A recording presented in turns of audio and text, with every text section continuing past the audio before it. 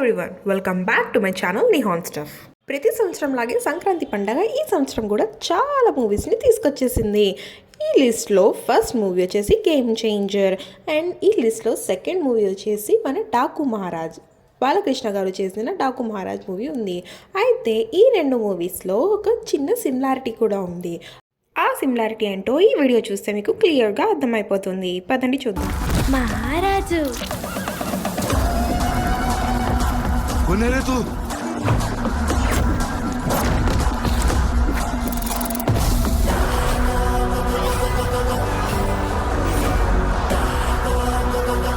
ఇప్పుడు game changer flash back చరణ్ని కూడా చూద్దాం పదండి. ఒక మంచి జరగాలంటే ఏళ్ల తరబడి ఎదురు చూడకూడదు మామా. ఇప్పుడు డాకు మహారాజ్లో నానాజీ క్యారెక్టర్ చూద్దాం పదండి. నానాజీ అమ్మ, నీకు నువ్వే జియాని పెట్టుకుంటే నేను నీకు రెస్పెక్ట్ ఇవ్వాలా? అసలు ఎవరు నువ్వు? Michael Jackson. ఇప్పుడు గేమ్ చేంజర్ మూవీలో కలెక్టర్ క్యారెక్టర్ కూడా ఒకసారి చూసేయండి.